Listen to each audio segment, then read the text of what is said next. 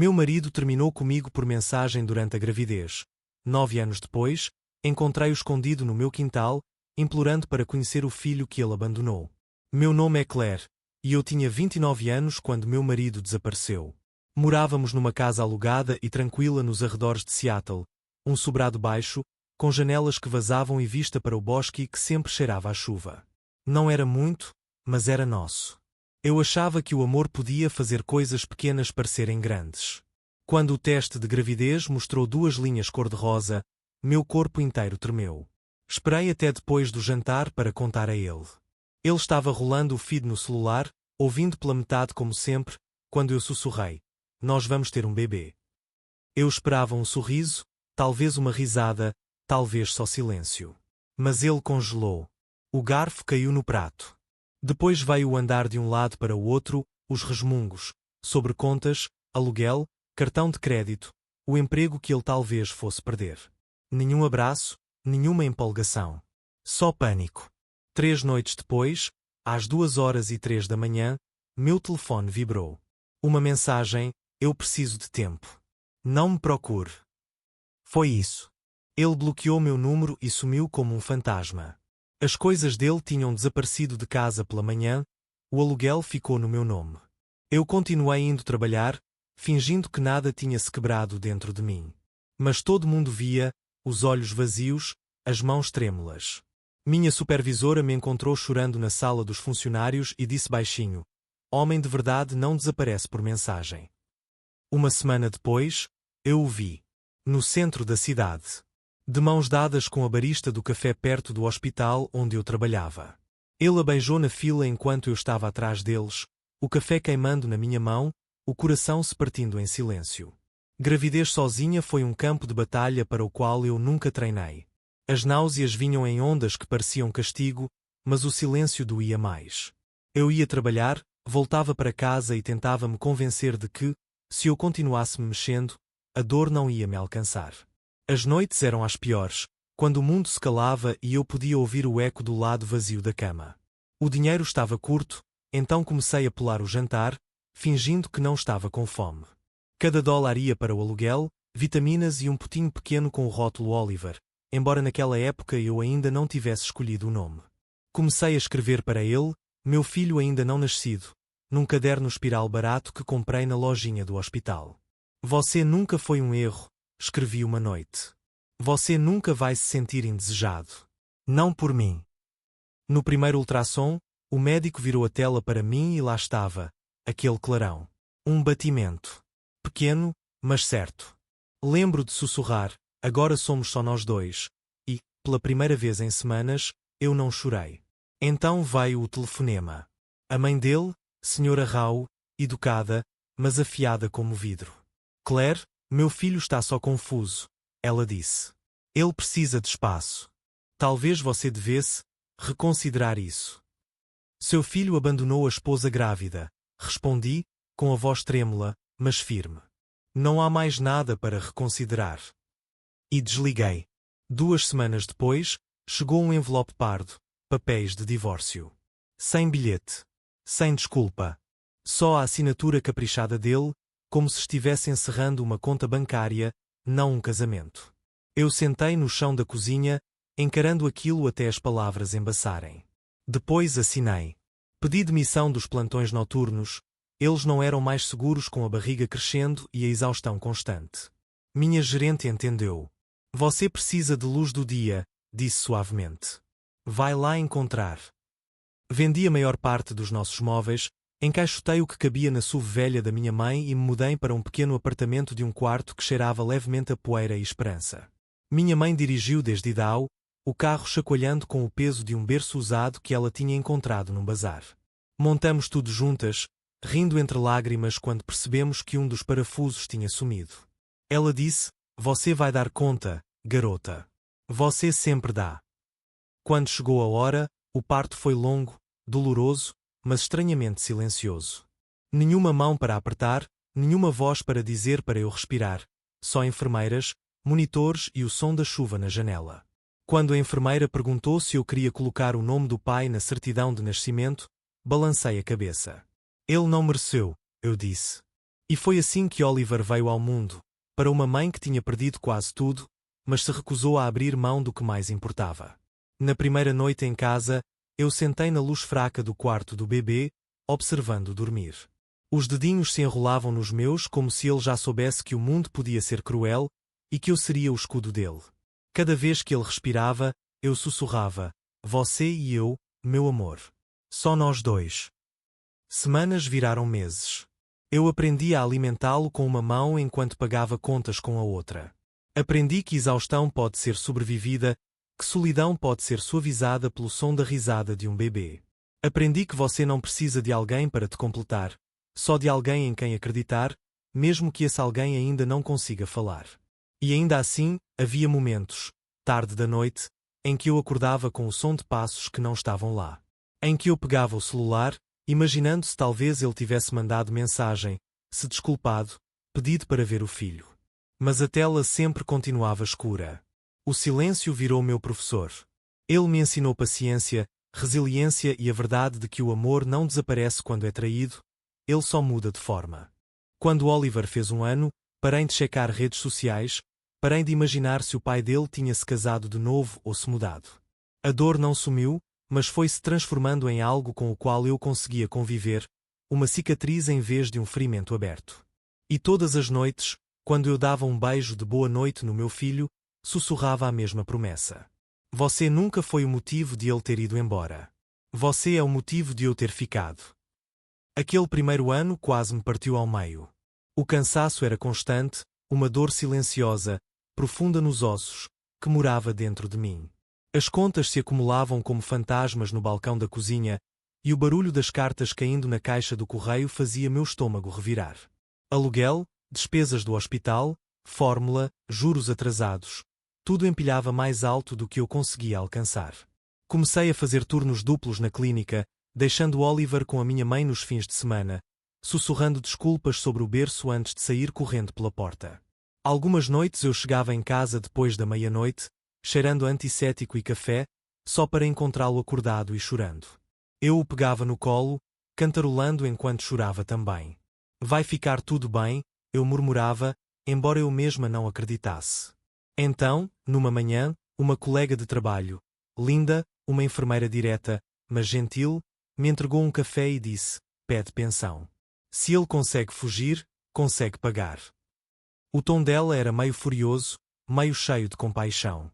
Eu vinha evitando isso, com medo de abrir feridas antigas. Mas naquela noite, olhei para o rosto adormecido de Oliver e entendi que medo não põe comida na mesa. Rastreá-lo levou meses. Toda pista dava em lugar nenhum. O número antigo estava desconectado. Os amigos diziam que não o viam. Eu quase desisti, até que um primo de uma colega mencionou um cara que batia com a descrição dele, fazendo bicos perto de Tacoma. Dirigi até lá numa manhã fria, as mãos tremendo no volante, rezando para não encontrá-lo e para encontrá-lo ao mesmo tempo. Ele vivia num trailer enferrujado estacionado atrás de uma oficina mecânica. Quando abriu a porta, eu quase não o reconheci. O cabelo mais comprido, o rosto encovado, o olhar apagado. Parecia alguém que tinha perdido o roteiro da própria vida. Nós não trocamos palavras. A intimação do tribunal falou por mim. A audiência foi rápida, mecânica. O juiz mal levantou os olhos enquanto lia os papéis. Meu ex ficou de cabeça baixa o tempo todo, inquieto, murmurando algo sobre momentos difíceis. O juiz não se comoveu. "O senhor vai pagar $400 por mês de pensão", disse secamente. "E reembolso das despesas médicas geradas durante a gravidez e o parto." Lembro de ficar do lado de fora do fórum, o vento cortando meu rosto. Ele passou por mim sem dizer nada, os olhos fixos no chão. Eu queria gritar, exigir um porquê. Mas em vez disso, só fiquei ali parada, segurando os papéis do tribunal como prova de que eu tinha sobrevivido. Semanas depois, o primeiro depósito caiu na minha conta, $400. Eu encarei aqueles números por muito tempo antes de começar a chorar. Não de felicidade, nem mesmo de raiva, só de alívio. Não era muito, mas significava que Oliver teria o que precisava sem que eu precisasse escolher entre fraldas e comida. Com esse pouquinho de estabilidade, finalmente consegui respirar. Encontrei uma casinha para alugar na beira da cidade, tinta descascando, assoalho rangendo, mas um pedaço de grama nos fundos. Custava menos que o apartamento e vinha com uma máquina de lavar de segunda mão que fazia um barulho estranho, como se tivesse alma própria. Mas era nossa. Num brechó, comprei uma rede azul desbotada por $25. Tinha um leve cheiro de sol e amaciante antigo. Amarrei entre duas árvores no quintal. Aquela rede virou nosso refúgio. Todas as manhãs, eu levava Oliver enrolado num cobertor, deitava com ele e nos embalava devagar enquanto eu tomava um café solúvel barato. Ele dava risadinhas, tentando pegar as folhas, a luz do sol dançando nas mãozinhas. Às vezes eu fechava os olhos e só escutava pássaros, vento, o riso dele. A paz tinha um som, e era aquele. As noites agora eram mais silenciosas, mas nem sempre fáceis. Ainda acordava às vezes achando que tinha ouvido a porta, ou um carro na entrada, o coração disparando com a ideia de que ele tivesse voltado. Mas era sempre só o vento, ou o cachorro do vizinho. Parei de esperar por um acerto de contas. Em vez disso, fui construindo uma vida nos espaços que ele deixou. As contas ainda chegavam. O trabalho ainda era pesado. Mas havia algo firme agora, um ritmo na sobrevivência. A rede balançava, Oliver crescia, e eu aprendi a sorrir sem forçar. Uma tarde, enquanto o sol se escondia atrás das árvores, eu segurei meu filho perto e sussurrei: "A gente conseguiu passar por tudo, não foi?" Ele não respondeu, claro, mas deu uma risadinha como se entendesse. E pela primeira vez em muito tempo, eu acreditei nisso também. Quando Oliver fez 3 anos, eu voltei a acreditar em começos. Aconteceu discretamente, sem fogos de artifício nem grandes gestos, só pequenas gentilezas costurando de novo as bordas rasgadas da minha vida. O nome dele era Daniel. Ele dava aula de educação física na escola primária local, tinha uma risada suave e olhos que carregavam cansaço e calor ao mesmo tempo. O tipo de olhar de quem já viu dor, mas continua escolhendo a gentileza. A gente se conheceu no parque. Oliver tropeçou descendo o escorregador, ralou o joelho. Eu corri até ele, mas Daniel já estava ali, ajoelhado ao lado, segurando um band-aid de desenho animado como se fosse mágica. "Acontece com os melhores, campeão", disse com um sorriso. Quando Oliver sorriu por trás das lágrimas, algo em mim amoleceu, um sentimento que eu não deixava entrar fazia anos. Depois disso, continuamos nos encontrando por acaso, no mercado, na biblioteca, no parque de novo. Ele tinha uma filha, Molly, 2 anos mais velha que Oliver. Ela era tímida no começo, sempre se escondendo atrás da perna dele, mas logo os dois se tornaram inseparáveis. A gente se sentava no banco, observando as crianças brincarem, trocando histórias sobre noites sem dormir e jantares de micro-ondas. Daniel nunca pressionou. Nunca perguntou sobre meu passado além do que eu mesma contava. Quando comentei sobre a torneira que pingava há meses, ele apareceu num sábado com uma caixa de ferramentas. "Só uma desculpa para tomar emprestado o seu café", ele disse. Não pediu agradecimento, só sorriu quando Oliver lhe entregou uma chave de brinquedo para ajudar. Ele era o tipo de homem que aparece e fica. Quando Oliver ficou doente, ele trouxe sopa e leu histórias até o menino dormir. Quando eu esquecia de comer, ele cozinhava. Quando eu entrei em pânico por causa do aluguel de um mês, ele disse: "Você já fez demais sozinha. Deixa alguém ajudar, pelo menos uma vez." Isso me apavorava, esse tipo de constância. Eu tinha construído o meu mundo esperando que as pessoas fossem embora. E de repente, ali estava alguém que não ia. Uma noite, depois de meses de jantares tranquilos, caminhadas demoradas e risadas que pareciam cura, Oliver subiu no colo de Daniel e olhou para ele. "Posso te chamar de pai?" perguntou, baixinho, mas com convicção. O silêncio tomou conta da sala. Daniel piscou, os olhos marejando antes que ele conseguisse disfarçar.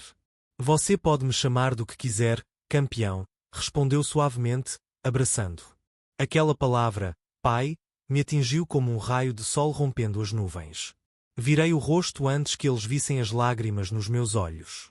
1 ano depois, nos mudamos para morar juntos, uma casa um pouco maior, na borda da cidade. As paredes cheiravam a tinta fresca e recomeço.